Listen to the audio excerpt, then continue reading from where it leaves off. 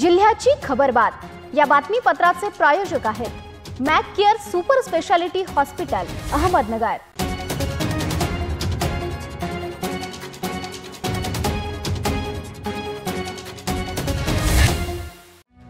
नमस्कार, मी प्रिया। आपण पाहताय न्यूज 24 सह्याद्री। घेऊयात अहमदनगर जिल्ह्यातील महत्त्वपूर्ण बातम्यांचा आढावा। जिल्ह्याची खबरबातमध्ये तरुणांना रोजगारीची उपलब्धता करण्यासाठी तालुक्यातील मौजे वडगाव गुप्ता येथे जमीन औद्योगिक वसाहतीच्या विस्तारीकरणासाठी देण्याचा महत्त्वपूर्ण निर्णय राज्य सरकारने घेतला असल्याची माहिती डॉक्टर सुजय विखे पाटील यांनी दिली आहे। नगर जिल्ह्यातील औद्योगिक विकासाकरिता महसूल तथा पालकमंत्री राधाकृष्ण विखे पाटील यांनी विशेष प्रयत्न सुरू केले आहेत। त्याकरिता शिर्डी आणि वडगाव गुप्ता येथील जमीन उपलब्ध करून देण्यासाठी त्यांनी पाठपुरावा सुरू केला होता। शिर्डी येथील औद्योगिक वसाहतीकरिता शेती महामंडळाच्या जमिनी उपलब्ध करून देण्यास राज्यमंत्री मंडळाचे यापूर्वीच निर्णय घेतला होता।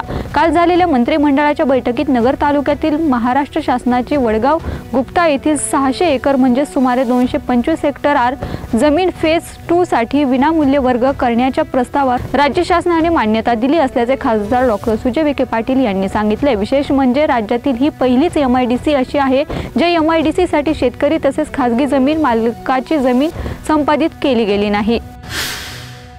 केंद्रीय वित्त आयोगाच्या शिफारशीनुसार राज्यातील ग्रामीण स्थानिक स्वराज्य संस्थांना वितरित करण्यासाठी 2023 आणि 24च्या अबंधित निधीच्या पहिल्या हप्त्यापोटी राज्याला 712 कोटींचा निधी राज्याकडे प्राप्त झालेला आहे।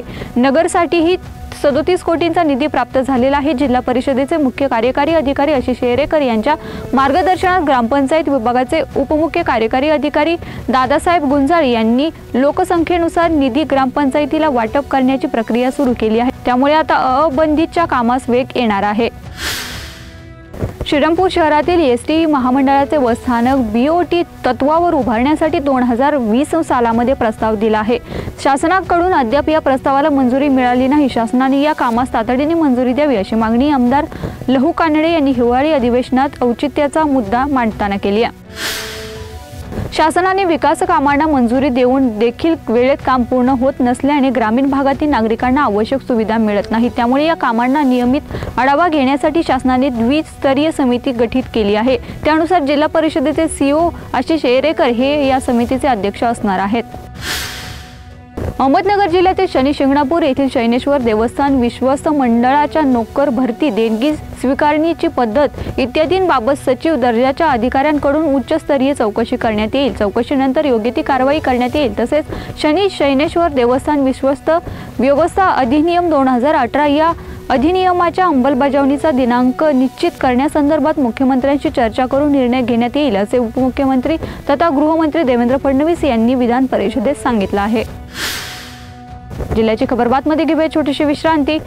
रोखोक पत्रकारिता, निर्भीड बाणा आणि कणखर भूमिका, महाराष्ट्राचा सखा, सत्याचा पाठीराखा, शब्दांचं सामर्थ्य, विश्वसनीयतेची उंची, न्यूज 24 सह्याद्री। विश्रांतीनंतर तुमचं पुन्हा एकदा स्वागत। पाहूयात पुढील बातम्या।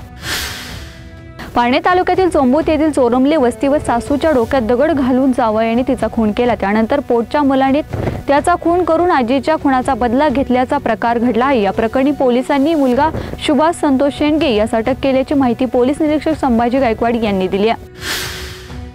मनोज जरांगे पाटील यांच्या समर्थनात सकल मराठा समाज श्रीगोंदा तालुका यांच्या वतीने श्रीगोंदा तहसील कार्यालयासमोर दिनांक 4 डिसेंबर पासून साखळी उपोषण सुरू आहे। आजचा 16व्या दिवशी सकल मराठा समाजाच्या वतीने भव्य बाईक रॅली काढून श्रीगोंदा तहसील येथे उपोषणस्थळी मोठ्या संख्येने उपस्थित झालेत। नेवासा तालुक्यातील बेलपिंपळगाव येथे सोमवारी सकाळी गावातील शेकडो ग्रामस्थांनी गावातील बेलपिंपळगाव फाट्यावरील अवैधरित्या दारू विक्रीच्या विरोधात आक्रमक होत दुकाने जाळून टाकली आहेत। गेल्या वर्षापासून गावातील अवैध दारू धंदे बंद करण्यात यावे यासाठी ग्रामस्थ आक्रमक असून मंगळवारी त्याचा उद्रेक बघायला मिळाला आहे। सकाळी गावातील काही तरुणांनी व ग्रामस्थांनी ही दुकाने जाळून टाकली आहेत।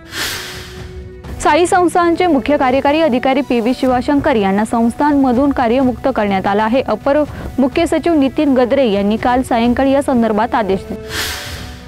कोपरगाव तालुक्यातील पोहेगाव येथे इंडियन ओव्हरसीज बँकेच्या ATM वर अज्ञात चोरट्यांनी डल्ला मारत कटरच्या साहाय्याने ATM तोडले। ATM मधील रोख रक्कम 10,83,700 रुपये चोरट्यांनी घेऊन पोबारा केला।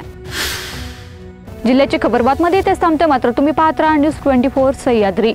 जिल्ह्याची खबरबात। या बातमीपत्राचे प्रायोजक होते Mac Care super speciality hospital Ahmednagar. शब्दांचं सामर्थ्य, विश्वसनीयतेची उंची, न्यूज 24 सह्याद्री।